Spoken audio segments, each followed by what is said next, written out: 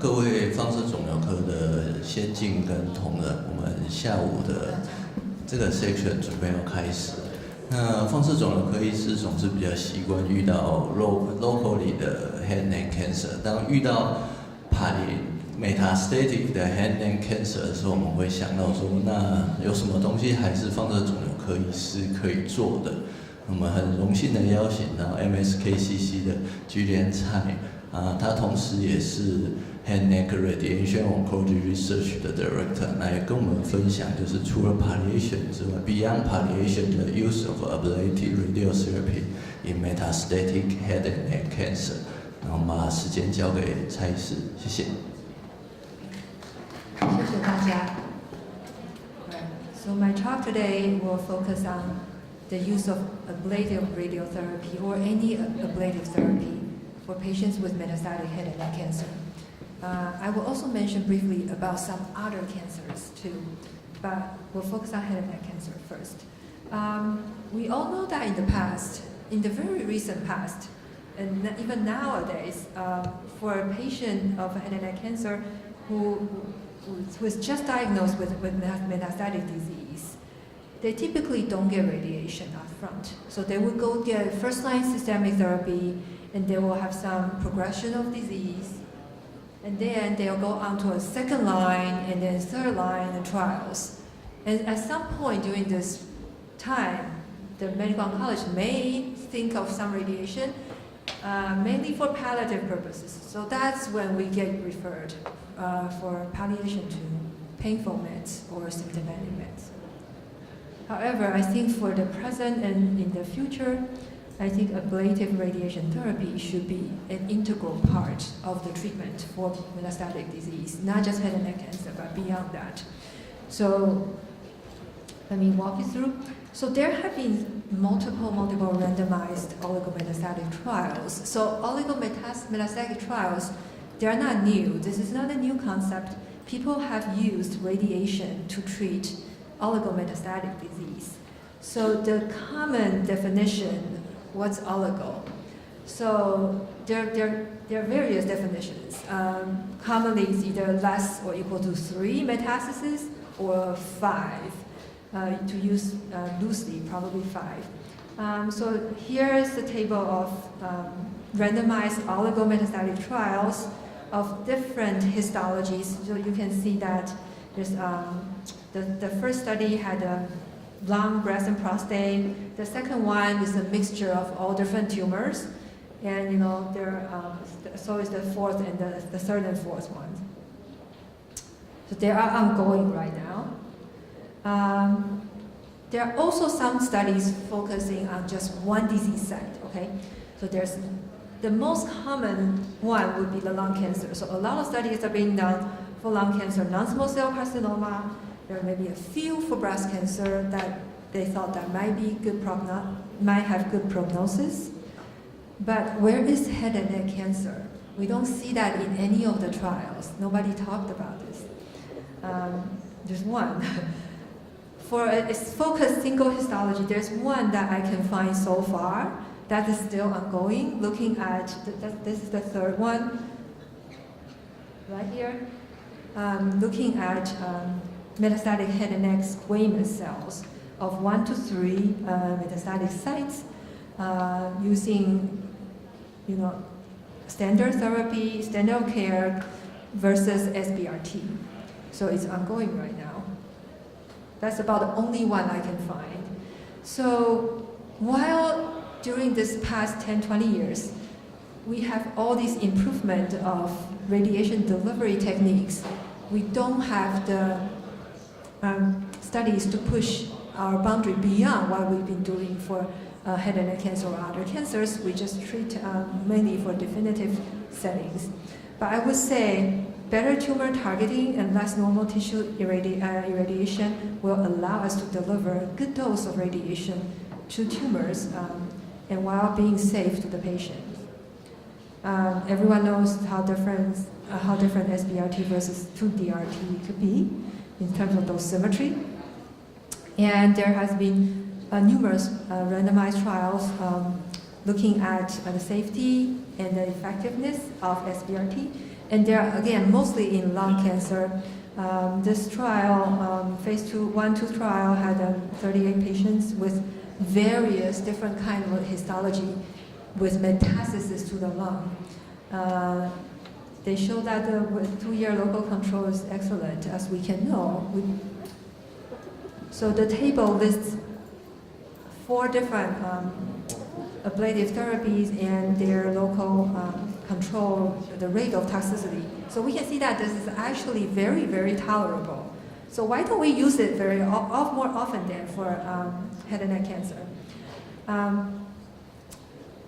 And this is yet another study showing that ablative radiation in the setting of oligometastasis can improve outcome and survival in lung patients. Okay, so what about head and neck? There is no randomized data, and there's even no high-quality retrospective data. So when you think about what to treat for these patients with mets, there's no data there, basically. So with this in mind, our group looked at our own institutional data and see how these patients perform after metastasis. So the rationale is that aggressive therapies for patients with limited burden of metastatic disease could be helpful. We want to characterize the outcomes of these patients that we treat with ablative therapy. So we reviewed about 1,150 patients who received upfront IMRT as part of their definitive treatment for head and neck cancer from 1989 to 2013 at our institution. So all head and neck cancer patients treated with definitive chemoradiation or radiation alone. Of them, we found 256 patients who later developed metastasis after their definitive therapy. This is the breakdown of all disease sites. So most of them are oropharynx, but you can see a lot of oral cavity, larynx, nasopharynx, and we also included non-squamous cell carcinoma, so salivary gland and unknown primary, so 256 patients. If you look at the characteristics of these patients who develop metastasis, let me see. You can see that the median age is around 62. Most of them are white and men. And there are different stagings here, but we don't really pay particular attention to the staging because you know for head and neck it's not predictive, at least the old staging system. Okay. So this table lists the number of the metastases that these patients have. So again, most of them had lung mets, then also other solid organ mets, distant lymphatics. That's very common for head and neck. Not a huge amount of bone mets or other mets compared to other cancers. Okay, so we can see that overall their survival is poor after they're diagnosed with metastasis. The 1 year, median. The median survival and overall survival at around 3 years is about 20%. Okay. What if we divide them by the number of metastases? So on the left side, you can see that there are 5 groups of divisions. Here, 1 met only versus 2, 3, 4, 5. You can see the gradient, the decrease, incremental, the decrease of the survival from 1 met to 5 mets.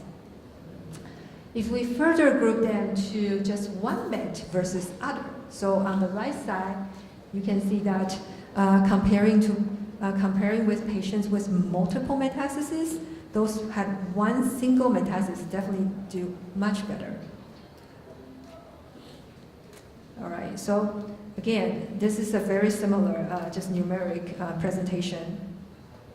Okay.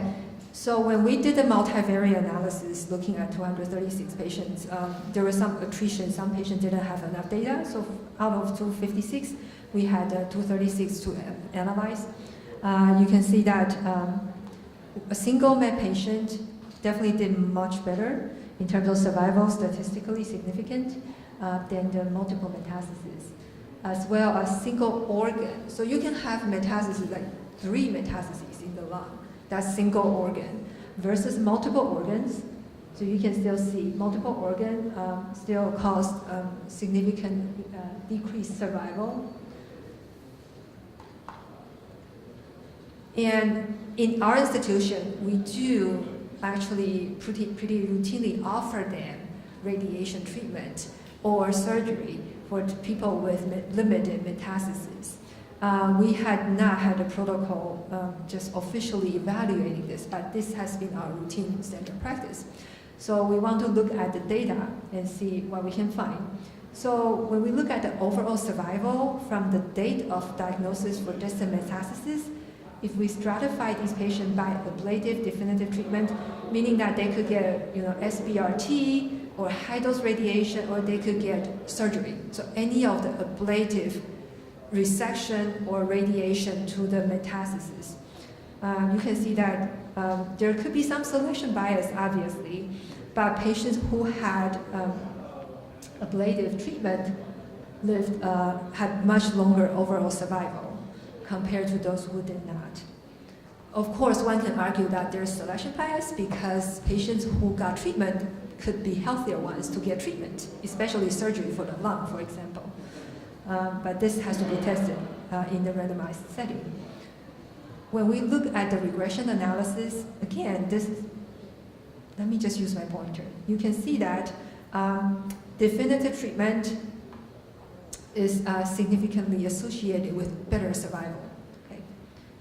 What about HPV, right? Because we say, okay, for HPV negative patients, which is the majority of the Taiwanese patients, but we know that the trend is rising. There's increasing HPV prevalence in Taiwan.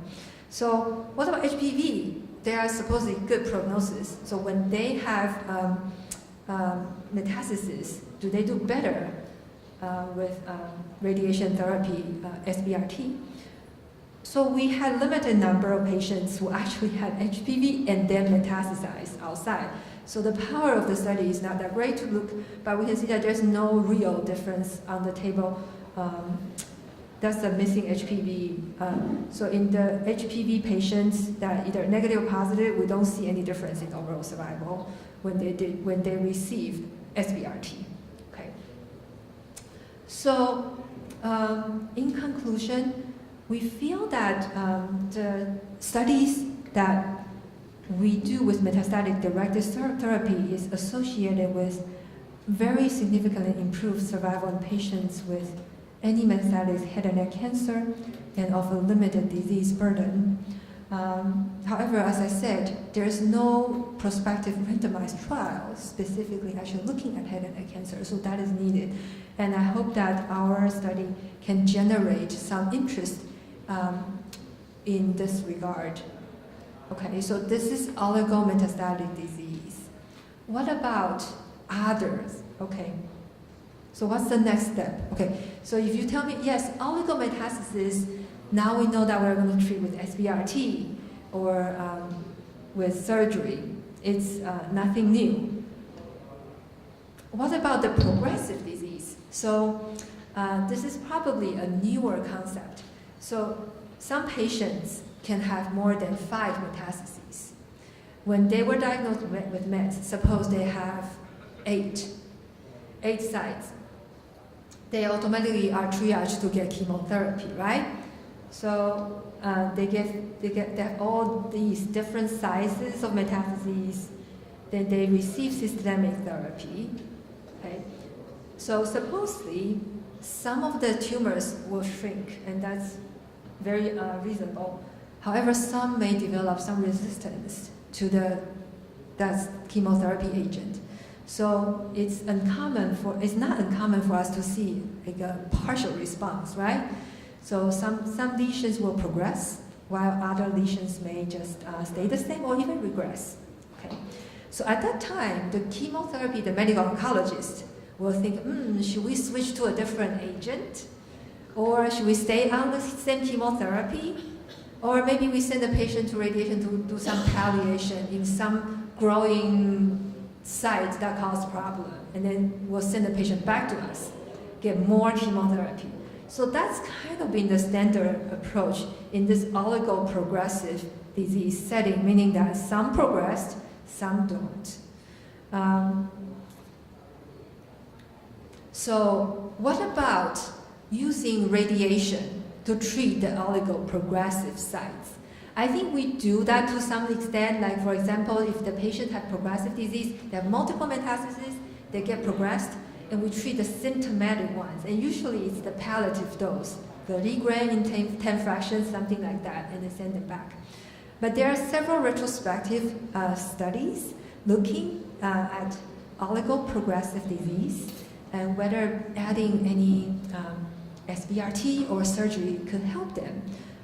So this is all single arm, okay, so no comparison, but you can see that almost all of them are in lung cancer, some renal cell, colorectal, and renal cell. But most of them are still focused in lung cancer. You can see that the local therapy they offered also differed. SRS to the brain, SBRT, or radiofrequency ablation. Okay? This is the list of median progression-free survival. Okay. So the term of oligoprogression is still pretty new. So these are the 3 studies that currently ongoing trials that I can find from the clinical trial website. Again, clear cell and non-small cell lung cancer, they must have had received first-line chemotherapy or various other therapies, and then some lesions progressed, and some of them had randomized. So this one is a randomized study. So people are randomized to receiving either SBRT or just do another round of different chemo. So it will be very interesting to see, the ultimate result by treating those progression with SBRT. So you may ask me, so what's the reason? The patient has multiple meds, right? So are you just trying to, what's the purpose? Because if you just treat the progressive ones, what about the other ones? But there has been preclinical studies looking at the sites of progression in the tumor clones. So some studies have found that there could be some resistant new mutations and new clones that are not responsive to the current chemotherapy or whatever therapy the patient's getting. So by using the radiation therapy to target the exact area that's mutated or not responding, you may actually prolong the patient's time on the same chemotherapy. Or you may actually give the patient some chemo holiday, because if everything is stable after your treatment, the patient can maybe even observed for a little bit before they switch. Otherwise, when patients develop progression, they almost always have to switch to a different chemo or clinical trial. So by offering radiation, you can actually stop at least hold the process. So allow them to continue with the current chemo by treating the progressive sites.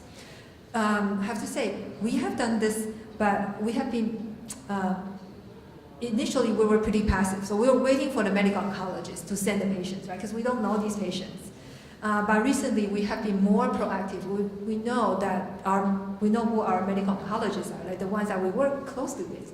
So we'll say, you have any patients on chemotherapy, they have some partial response, just send them to us. We will do ablative radiation, either SBRT or high dose radiation, and then allow you to give the same chemo drug. So that's been our approach, and we have seen a steady increase.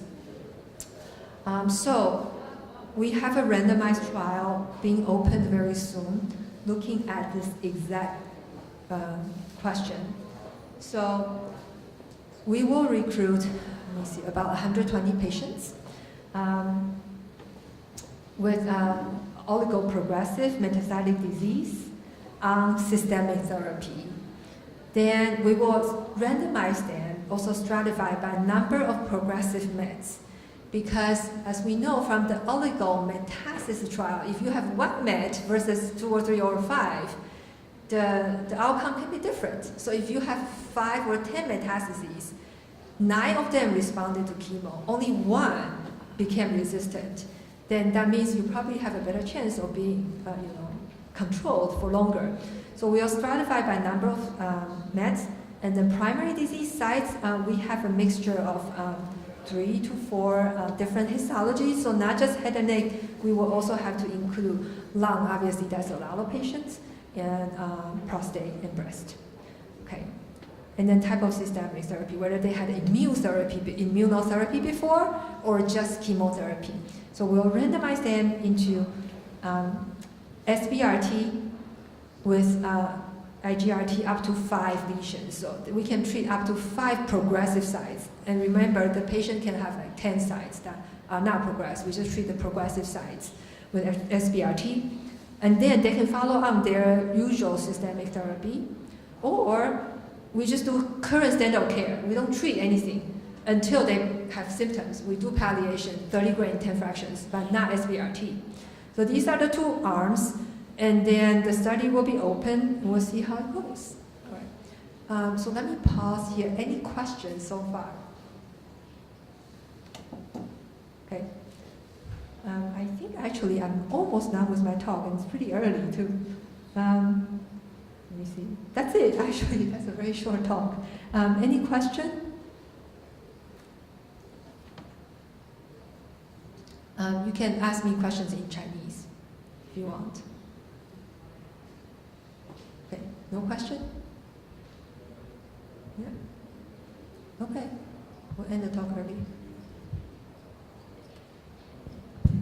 那请问一下，有没有就是看到那个 trial 最后 trial 是 chemo 跟 SBRT，、那有没有这经验是跟 immunotherapy concur？ 有，所以let me see。就是如果跟 immunotherapy 一起使用这种 metastatic 的lesion，、是不是比较 trigger the abscopal effect？ Yes, so we do have a trial at Memorial Sloan Kettering, so that's different. So this talk is focused on just oligometastasis and oligoprogressive disease. In the multiple metastasis setting, we do have a trial looking at nivolumab with SBRT versus nivolumab alone. This will be presented at ASCO in an oral session. There's no significant abscopal effect that we found preliminarily in our data. Granted, the number of patients are small, about 60 patients, about 56 patients, and randomized to 2 arms. So pretty small number, but we don't see any difference with SBRT added to nivolumab. In the oligometastatic setting, let me just go back to a few slides.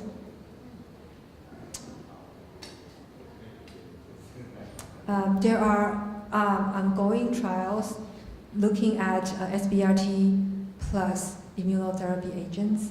I think they just opened, there are a couple at MD Anderson and other centers.